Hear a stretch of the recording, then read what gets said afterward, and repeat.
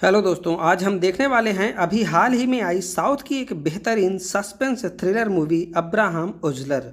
तो मूवी की शुरुआत में ही हम अब्राहम ओजलर नाम के एक पुलिस ऑफिसर को देखते हैं जो अपनी बीवी और बेटी के साथ छुट्टियां मनाने आया है। तभी अब्राहम के पास उसका कलीग फ़ोन करके बताता है कि सर, एक होटल में 2 लोगों का मर्डर हो गया है, यहाँ आपका आना बहुत ज़रूरी है। तो अब्राहम मन ही मन उसे गाली देने लगता है कि साले छुट्टियां भी नहीं मनाने देते, पर ड्यूटी है तो जाना ही पड़ता है। अब रास्ते में अब्राहम अपने साथी के पास फ़ोन करके कुछ और डिटेल पूछने लगता है। तो उसका साथी कहता है कि सर, आप किसकी बात कर रहे हैं, मैंने तो आपको फ़ोन ही नहीं किया था। ये सुनते ही अब्राहम का माथा ठनक जाता है। वो समझ जाता है कि ये एक ट्रैप है।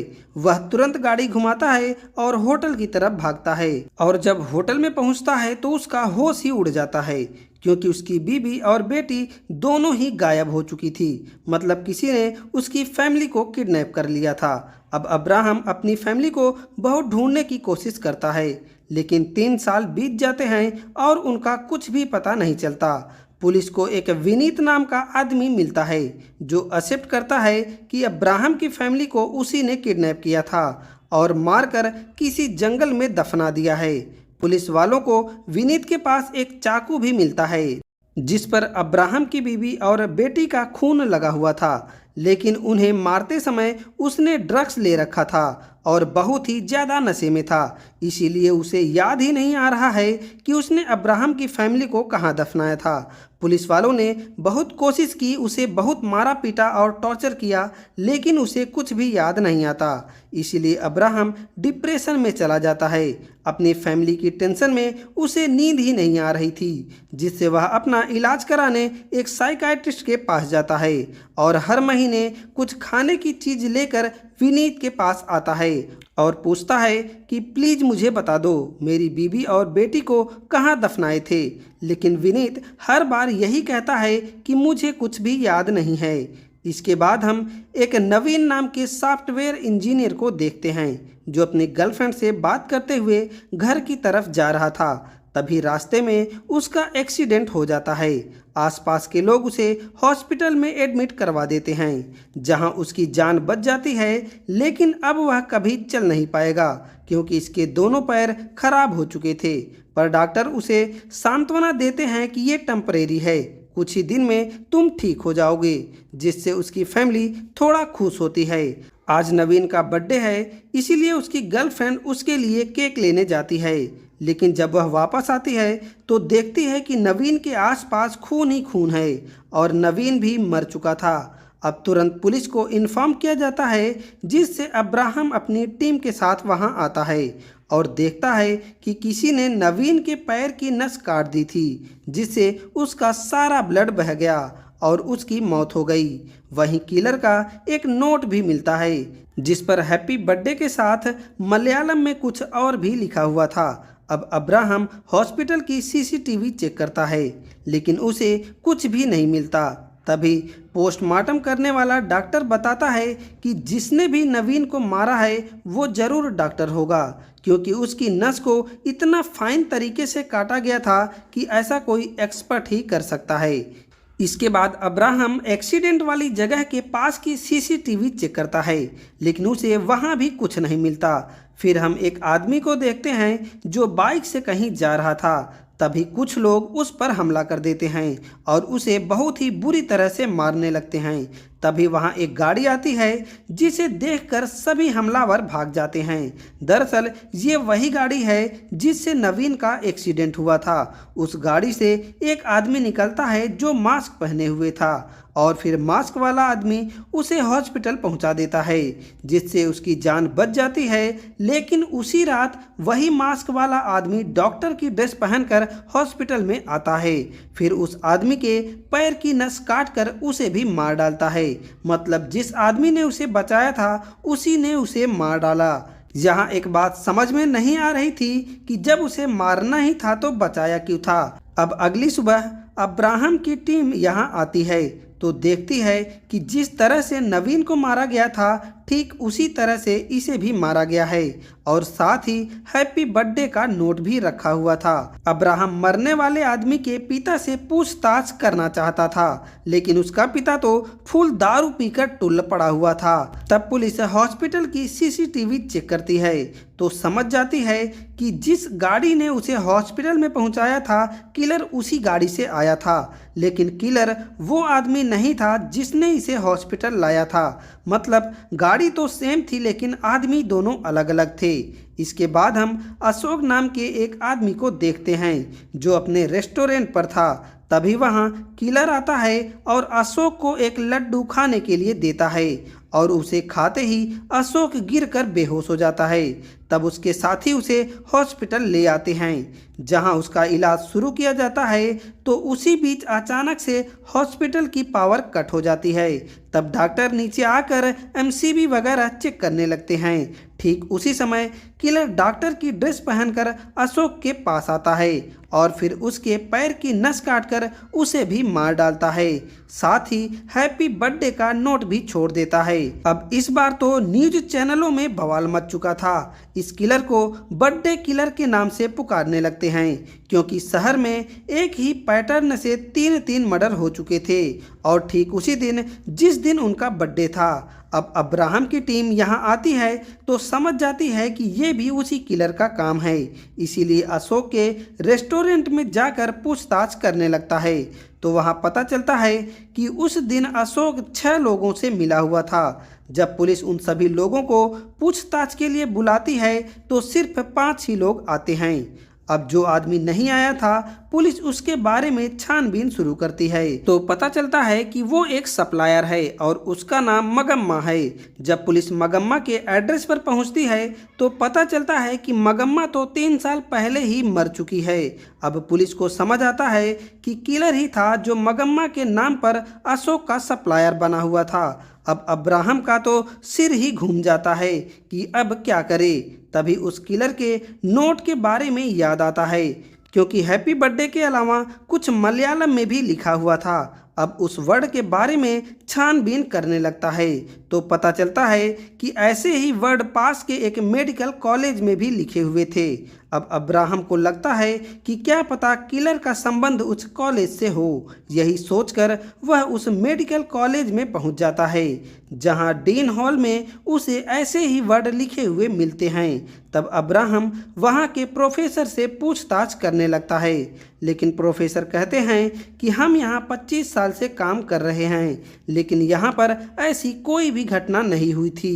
फिर पुलिस अशोक के पिता शिवराज को बुलाकर पूछताछ करते हैं लेकिन शिव कुमार बताता है कि हम लोग बिजनेसमैन हैं, हमारी तो किसी से दुश्मनी भी नहीं है, पता नहीं कौन है जो मेरे बेटे को मारा होगा। अब पुलिस को कोई लीड नहीं मिल रही थी इसीलिए शुरू से सभी केस का इन्वेस्टिगेशन करने लगते हैं। तो नवीन के केस में दिखता है कि जब नवीन का एक्सीडेंट हुआ था तब वहां से एक दूसरी गाड़ी गुजरी थी। तब पुलिस वाले उस गाड़ी के ड्राइवर को बुलाकर पूछते हैं कि जिस रास्ते से तुम गुजर रहे थे उसी रास्ते पर नवीन का एक्सीडेंट हुआ था, तुमने उसकी मदद क्यों नहीं की। जिस पर वो ड्राइवर बताता है कि मैं मदद करने गया था लेकिन उसके पास पहले से ही एक आदमी खड़ा था, उसने मुझे वहां से भाग जाने के लिए कहा। इसके बाद वो ड्राइवर बताता है कि वो आदमी बोल नहीं पा रहा था, वो किसी डिवाइस की मदद से बात कर रहा था। ये सुनते ही पुलिस वाले पता लगाने लगते हैं कि शहर में ऐसे कितने लोग हैं जो बात नहीं कर सकते। फिर हॉस्पिटल से पता करते हैं कि कितने लोगों को बात करने वाली डिवाइस दी गई थी। अब वो लिस्ट देखने के बाद पुलिस को एक आदमी पर शक होता है जिसका नाम कृष्णा है क्योंकि कृष्णा का घर उसी मेडिकल कॉलेज के बगल में ही था। इसके बाद अब्राहम कृष्णा के घर जाता है लेकिन कृष्णा घर पर नहीं था। तो कृष्णा की दादी बताती हैं कि पहले कृष्णा ऐसा नहीं था, वह सिंगर बनना चाहता था क्योंकि उसकी आवाज़ बहुत ही सुरीली थी। फिर 30 साल पहले एक बार उसके गले में इन्फेक्शन हो गया जिसे उसे मेडिकल कॉलेज में एडमिट कराया गया और फिर वहाँ पर पता नहीं क्या हुआ, कृष्णा की आवाज़ ही चली गई। इतना सुनते ही अब्राहम को यकीन हो जाता है कि इन सब किलिंग के पीछे कृष्णा ही है। और फिर वह एक बार फिर से कॉलेज में आकर 30 साल पहले क्या हुआ था ये सब चेक करने लगता है। तो उसे एक हैरान करने वाली बात पता चलती है कि 30 साल पहले नवीन के पिता शिवराज और अशोक के पिता शिव कुमार दोनों उसी मेडिकल कॉलेज में पढ़ाई कर रहे थे। इसी तरह जो सेकंड मर्डर हुआ था उसका पियक्कड़ पिता भी 30 साल पहले उसी मेडिकल कॉलेज में चपरासी था। ये जानने के बाद तो उसका दिमाग का दही हो जाता है। मतलब 30 साल पहले यहाँ जरूर कुछ कांड हुआ होगा। अब चूंकि घटना इतनी पुरानी हो गई थी कि किसी प्रोफेसर को कुछ भी नहीं पता था, क्योंकि लगभग सभी प्रोफेसर चेंज हो चुके थे। फिर अब्राहम उस कॉलेज के एक सबसे पुराने चपरासी को दारू पिलाता है और नशे में उससे 30 साल पहले के बारे में पूछने लगता है। तो वह बताता है कि 30 साल पहले एक बहुत बड़ा एक्सीडेंट हुआ था जिसमें शिवराज और शिव कुमार के साथ जेवियर और एलेक्स नाम के 2 और लड़के भी शामिल थे। इसके अलावा मुझे कुछ भी नहीं पता। इसके बाद अब्राहम जेवियर और एलेक्स के बारे में पता करने लगता है। तो पता चलता है कि एलेक्स अब दुबई में रहता है और जेवियर फॉरेंसिक डिपार्टमेंट में बहुत बड़ा ऑफिसर था। इसके बाद हम जेवियर को देखते हैं जिसकी तबीयत खराब थी, इसीलिए वह किसी डॉक्टर से मिलने गया था। ठीक उसी समय वहां अब्राहम अपनी टीम के साथ पहुंच जाता है और जेवियर से कहता है कि आपकी बेटी विदेश में है इसलिए सुरक्षित है, लेकिन यहां आपकी जान को खतरा है। जिस बात पर जेवियर कुछ खास ध्यान नहीं देता और फिर कोने में आकर अपने दोस्तों शिवराज और शिव कुमार के पास फ़ोन करके बात करने लगता है और पूछता है कि क्या हुआ, तुम लोग ठीक तो हो। अब इसके थोड़ी देर बाद अब्राहम को पता चलता है कि शिवराज भी घर से गायब हो चुका है, मतलब किसी ने उसे भी किडनैप कर लिया था। साथ ही ये भी पता चलता है कि एलेक्स दुबई से इंडिया वापस आ रहा है। ये सुनते ही अब्राहम तुरंत एलेक्स के घर पहुंच जाता है। जब एलेक्स आता है तो अब्राहम उससे पूछता है कि आखिर अचानक से इंडिया क्यों आना पड़ा। तब एलेक्स बताता है कि दुबई में कोई उसका पीछा कर रहा था, इसीलिए वह डर कर इंडिया भाग आया। अब ये सब बात ही कर रहे थे तभी कुछ लोग एलेक्स के घर पर हमला कर देते हैं, जिससे यहाँ बहुत ही खतरनाक फाइट होने लगती है और लास्ट में वो लोग एलेक्स को उठा ले जाते हैं। यहाँ अब्राहम भी था और वो एलेक्स को नहीं बचा पाता, लेकिन अब्राहम ने उस किडनैपर के एक आदमी कृष्णा को पकड़ लिया था। अब इस भोसड़ी वाले के ऊपर जमकर लठ बरसाई जाती है, लेकिन कृष्णा मुंह ही नहीं खोलता। तो पुलिस वाले उस पियक्कड़ की बीवी को बुलाकर पूछताछ करने लगते हैं। तो उसकी बीवी बताती है कि लगभग 6 महीने पहले उसके घर पर एक डॉक्टर आया था और वह किसी सुजा नाम की लड़की के बारे में पूछ रहा था। अब अब्राहम सुजा के बारे में खोजबीन करता है तो पता चलता है कि शहर में सुजा के नाम पर एक हॉस्पिटल है और सुजा उस हॉस्पिटल के डॉक्टर अरुण की बहन का नाम है। तभी उसे पता चलता है कि जेवियर का इलाज करने वाला डॉक्टर अरुण ही है। तो उसे लगता है कि अब अरुण जेवियर को भी मार देगा, इसीलिए वह फटाफट डॉक्टर अरुण के पास जाकर पूछताछ करने लगता है, लेकिन अरुण को तो इसके बारे में कुछ पता ही नहीं था। अब अब्राहम सुजा के बारे में पूछता है तो अरुण बताता है कि 30 साल पहले ही मेरी बहन मर चुकी है, लेकिन कुछ दिन पहले एक किताब में मुझे मेरी बहन की फ़ोटो मिली जिसमें उसके साथ एक लड़के का भी फ़ोटो था, इसीलिए मैं उस लड़के के बारे में ही पता करने उस राघवन पियक्कड़ के घर गया था। अब अब्राहम वो फ़ोटो दिखाने के लिए कहता है और जब वो फ़ोटो देखता है तो काफ़ी पुरानी फ़ोटो होने की वजह से कुछ साफ नहीं दिख रहा था, लेकिन बैकग्राउंड में एक प्लांट देखकर चौंक जाता है क्योंकि ऐसा ही प्लांट वह एलेक्स के घर पर भी देखा था। उसी समय उसके टीम के लोग उसको बताते हैं कि जो आदमी एलेक्स बनकर अब्राहम से मिला था वो असली एलेक्स है ही नहीं, बल्कि असली एलेक्स ने तो जेवियर को किडनैप कर लिया है और उसे पकड़कर उसी मेडिकल कॉलेज में ले जा रहा है। ये जानने के बाद अब्राहम की टीम तुरंत कॉलेज की तरफ चल देती है। फिर हम देखते हैं असली एलेक्स को जो जेवियर को लेकर कॉलेज में पहुंच चुका है और उसकी नस काटने के लिए उसके पैर में एक निशान लगा देता है। अब जैसे ही उसकी नस काटने वाला था तभी वहां अब्राहम की टीम पहुंच जाती है और फिर एलेक्स को अरेस्ट कर लेती है। अब इसके बाद एलेक्स से पूछताछ शुरू होती है, जिससे कहानी 30 साल पीछे जाती है। इसी कॉलेज में एक फंक्शन हो रहा था। वहीं शिवराज, शिव कुमार और जेवियर तीनों बेस्ट फ्रेंड थे। एक दिन सूजा नाम की लड़की को देखकर शिवराज उसे प्रपोज करने लगता है, लेकिन सूजा उसे भाव ही नहीं देती, जिससे शिवराज की सबके सामने बेइज्जती हो जाती है। यही हम कृष्णा को भी देखते हैं, जो गाना गा रहा था। मतलब कृष्णा किसी भी फंक्शन में जाकर गाना गाता था। उसके अगले दिन कॉलेज में एक केस आता है, तो जेवियर उसका इलाज करने के बजाय प्रोटोकॉल फॉलो करने के लिए कहने लगता है। तभी वहां एलेक्स आता है और उस आदमी की हालत देखकर तुरंत इलाज शुरू कर देता है, जिससे उस आदमी की जान बच जाती है। इस घटना की वजह से पूरे कॉलेज में एलेक्स की तारीफ होने लगी। सीनियर भी उसको काफ़ी पसंद करने लगे और जब जब भी कोई बड़ा केस आता तो सबसे पहले एलेक्स को ही दिया जाता, जिस बात से जेवियर और उसके साथी काफ़ी उससे जलने लगे। और कुछ दिन बाद इन सबको ये भी पता चलता है कि एलेक्स और सुजा एक दूसरे से प्यार करते हैं, जिस बात से ये तीनों और भी जल जाते हैं।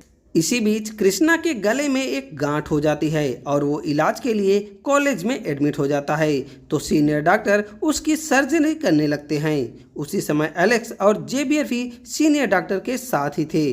तभी कोई इमरजेंसी केस आ जाता है और सीनियर डॉक्टर वहां से चले जाते हैं और जाते जाते एलेक्स से कहते हैं कि कृष्णा की सर्जरी खत्म हो गई है, तुम ध्यान से उसकी ड्रेसिंग वगैरह कर दो। लेकिन जेवियर जानबूझकर कृष्णा के गले की एक नस काट देता है, जिससे कृष्णा की आवाज़ ही चली जाती है। अब कृष्णा की तो लाइफ बर्बाद हो चुकी थी, इसलिए कॉलेज से जेवियर को सस्पेंड कर दिया जाता है और साथ ही एलेक्स को भी 1 महीने के लिए सस्पेंड कर दिया गया।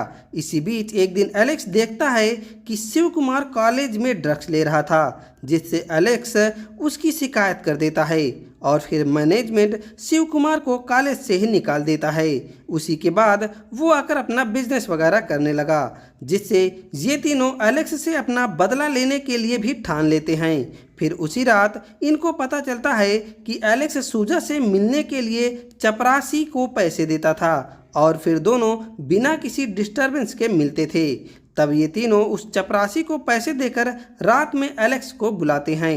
एलेक्स को लगता है कि आज उसका बर्थडे है, इसलिए सुजा ने सरप्राइज प्लान किया होगा और ये चपरासी वही पियक्कड़ होता है जिसका बेटा सेकंड मर्डर में मरा था। अब जब रात में एलेक्स यहाँ आता है तो ये तीनों मिलकर उसे बांध देते हैं और बहुत मारते हैं। फिर उसकी बॉडी में कोई केमिकल लगा देते हैं। इसके बाद एक गाड़ी में उसे बैठाकर उस गाड़ी का जानबूझकर एक्सीडेंट करा देते हैं, जिसमें एलेक्स की जान तो बच जाती है, लेकिन वह कोमा में चला जाता है और जब उसे होश आता है तो उसकी याददाश्त भी चली जा चुकी थी।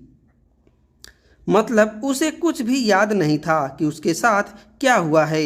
इसी बीच ये तीनों दोस्त मिलकर कॉलेज मैनेजमेंट के पास जाते हैं और सारा इल्ज़ाम एलेक्स के ऊपर लगा देते हैं। वह कहते हैं कि कृष्णा की नस काटने के लिए एलेक्स ने ही कहा था, जिससे कॉलेज वाले भी यकीन कर लेते हैं और एलेक्स को कॉलेज से निकाल देते हैं। अब लगभग 1 साल बीत जाता है, लेकिन एलेक्स की हालत में कुछ भी सुधार नहीं होता, जिससे सूजा को भी लगने लगा कि अब एलेक्स नहीं बच पाएगा। इसीलिए दुखी होकर वह भी सुसाइड कर लेती है। अब कुछ दिन बाद एलेक्स ठीक हो जाता है और वह नॉर्मल जिंदगी जीने लगा। फिर कुछ 3 साल पहले उसने टीवी में कृष्णा का इंटरव्यू देखा, जिससे उसे सब कुछ याद आने लगा और फिर कुछ दिन में ही उसे सब कुछ याद आ जाता है, जिससे वह जाकर कृष्णा को सारी सच्चाई बताता है और कहता है कि उन तीनों ने मिलकर हमारी ज़िंदगी तबाह कर दी। अब हम लोगों को उनसे बदला लेना चाहिए, जिससे कृष्णा भी तैयार हो जाता है। फिर एलेक्स और कृष्णा मिलकर कांड करना शुरू कर देते हैं। ये सब जानने के बाद पुलिस वालों को भी बहुत बुरा लगता है कि जेवियर जैसे लोग ऊंची पोस्ट पर बैठे हैं। उसकी जगह एलेक्स और कृष्णा को जेल हो रही है। यहाँ एलेक्स जेवियर को एक बार मिलने के लिए बुलाता है, लेकिन जेवियर कहता है कि मैंने तो कोई गलती ही नहीं की है और मैं अपने किताब लॉन्च करने जा रहा हूँ। और यहाँ पता चलता है कि जेवियर अपना किताब भी लॉन्च करने वाला है और फिर जेवियर उस पार्टी में जाकर स्पीच वगैरह देने लगता है। तभी फॉरेंसिक का एक डॉक्टर अब्राहम के पास फ़ोन करके बताता है कि एलेक्स नस काटने से पहले जो मार्क करता था उसमें बहुत ही खतरनाक केमिकल मिलाया रहता था, जिससे अगर उसका शिकार बच भी जाए तो 7 दिन के अंदर केमिकल की वजह से मारा जाएगा। तभी अब्राहम को याद आता है कि एलेक्स ने जेवियर के ऊपर भी मार्क किया हुआ था। तभी हम देखते हैं कि स्पीच देते देते अचानक से जेवियर की तबीयत खराब होने लगी और थोड़ी ही देर में उसकी मौत हो जाती है। इसके अलावा अब्राहम को खबर मिलती है कि जेल जाने से पहले एलेक्स ने शिवराज, शिव कुमार और उस पियक्कड़ चपरासी को भी निपटा दिया था। अब ये केस खत्म होने के बाद अब्राहम कुछ खाने की चीज लेकर फिर से विनीत के पास जाता है। वहाँ उसकी मुलाकात एलेक्स से होती है और एलेक्स बताता है कि मैं जेवियर की बेटी को भी मार सकता था, लेकिन मैं चाहता था कि तुम इस केस को इन्वेस्टिगेट करो और हाँ, अभी मैंने तुमको पूरी कहानी नहीं बताई है। अब इसके बाद अब्राहम विनीत के पास जाकर अपनी फैमिली के बारे में पूछने लगता है कि प्लीज़ बताओ मेरी बीबी और बेटी को कहाँ दफनाया था। तभी उसे एलेक्स की बात याद आती है। उसे लगा कि शायद विनीत ने मेरी फैमिली को मारा ही नहीं हो, क्योंकि चाकू पर सिर्फ उसके ब्लड मिले हुए थे और इसके अलावा कुछ भी सबूत नहीं मिला था। इतना सोचकर वह विनीत से पूछने लगता है कि बताओ मेरी बीबी को किसने मारा था। और इसी सस्पेंस के साथ ये मूवी ख़त्म हो जाती है। तो दोस्तों, अब्राहम को लगता है कि उसकी बेबी और बेटे अभी भी जिंदा हैं और शायद एलेक्स उन्हें कहीं किडनैप करके रखा हुआ है। तो अब इसके आगे की कहानी शायद हमें सेकंड पार्ट में देखने को मिलेगी। तो ये कहानी कैसी लगी आप हमें कमेंट करके ज़रूर बता सकते हैं और साथ ही वीडियो को लाइक करके चैनल को सब्सक्राइब करना मत भूलिएगा। तो दोस्तों, अब हम मिलते हैं एक नई वीडियो के साथ।